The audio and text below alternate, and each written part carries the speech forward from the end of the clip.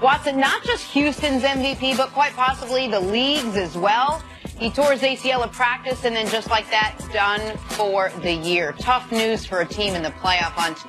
Coach, what was your reaction to yet another star going down with a serious injury this season? Yeah, I felt really badly for him. I felt badly for Houston, but immediately I thought of the New England trade and the discussion that we had yesterday about why it's so important to have a really good backup, because this happened in practice. There is no guarantee week in and week out that your starter is going to be there, and they're experiencing that in Green Bay right now. And I thought of Nick and how we go through the schedule every time.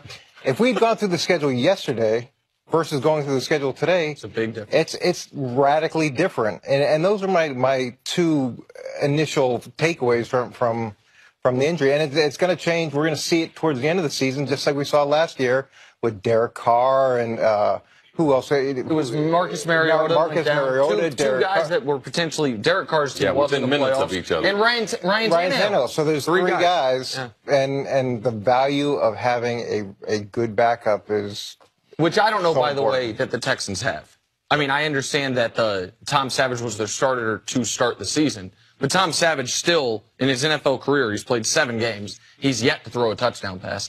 And Houston radically might be too strong. They changed their offense significantly from the one they had run the last few years, one they were going to run with Tom Savage, to the offense that they've been running. Did they pull him at halftime or something? It was so, I think that was pretty Tom Savage radical. at halftime of his first game. No, but I'm talking about their scheme. Oh, the scheme. They haven't radically changed their. And with Will Fuller. Right. They added Will Fuller. They added more read option stuff. They added more things that Deshaun was comfortable with at Clemson.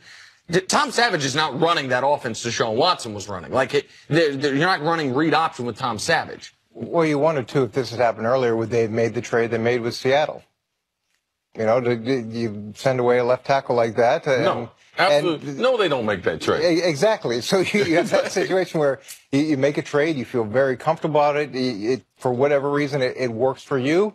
And it makes sense with Deshaun because his ability to escape. Now you're in this situation, things look dramatically different, and you can't take it back. Coach, my question to you is, I'm kind of puzzled with the lack of practice time, the way we grew up in the NFL. Mm-hmm. I mean, with the padded practices, with the two-a-days, with extended off-season training, do you think right now, the state that we're in, that these two things are happening absent of each other, or do they have something to do with each other? It's hard to say because for years we did have an extensive amount of practice time, and I thought there was real value to that. But the workouts weren't as catered to the athletes. I think now there is a lot more catering to the specific needs of each position, each athlete. Is it as good as it possibly could be? No, there's innovations every single year. But the lack of practice time, there is something to that. And it's hard because you're trying to protect the athletes. You're trying to make sure that they're fresh. You're trying to make sure that they can go through a 16-game season. But on the flip side of that, it's hard to develop young athletes. It's hard to consistently sharpen skill sets because you have such a limited window to work with them on the field. Well, I would think that everyone would acknowledge that the less practice time you have, the less sharp and precise and honed you're going to be, especially if you're a young team. What I think is interesting and what I think you're alluding to, Chris, is whether or not, in addition to that, the lack of practicing, which was one of the things the players wanted in order to extend careers. The idea was the lack of padded practices will make the game safer. There will be fewer injuries if somehow the reverse has happened, that the lack of practice time has led to more injuries. I think now the concussions are down, but the other injuries are way up. Well, and again, Deshaun's was a non-contact, but using that as an entry point to a bigger discussion. I also wonder if part of the other injuries being up has to do with because they had such a targeted focus on removing targeting and hits to the head, that guys are getting hit lower, that guys are getting hit in different parts of the body that are more susceptible to a knee injury or an ankle injury. Well, there's a ton of time, money, and effort spent on trying to minimize injuries. And I remember when I first got to San Francisco, and I was having a conversation with somebody in the front office, and they felt very strongly that they had kind of, and I was having a conversation with somebody in the front office, and they felt very strongly that they had kind of cracked the code on injuries. What was it? And I had the discussion. I said, look, sometimes you just. I don't think it flew with Coach.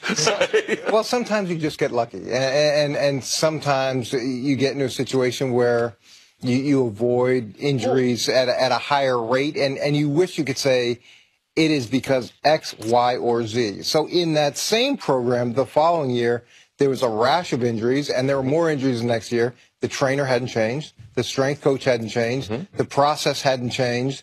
And look, the football gods are a little finicky, and you get hit with it, and sometimes it doesn't make sense. So I think we all want to make sense of it, right? We want to figure out a reason why. Desperately want to make sense of it. We do, because we want to understand. Maybe it is practice. Maybe there's something we can do about it. If you just look at the quarterbacks alone, Sam Bradford, Andrew Luck, Carson Palmer, Ryan Tannehill, Jake Cutler, Deshaun Watson, Aaron Rodgers. I mean, this is all different injuries, all different times, but these are just the quarterbacks. But the problem, I think, with that list is we can go down the list.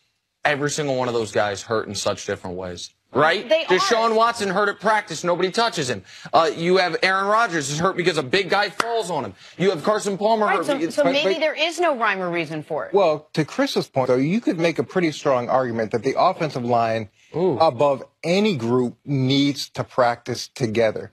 There is so much coordination that goes on between that group.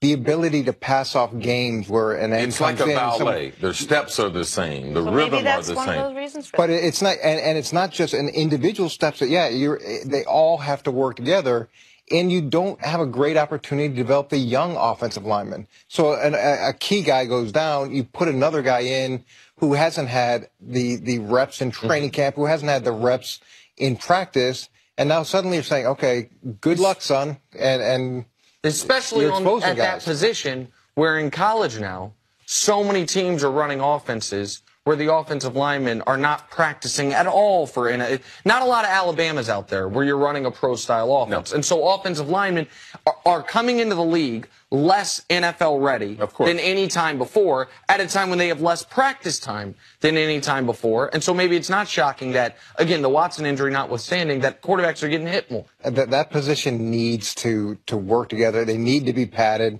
It's hard to simulate it. Unless everyone just reads Tom Brady's book.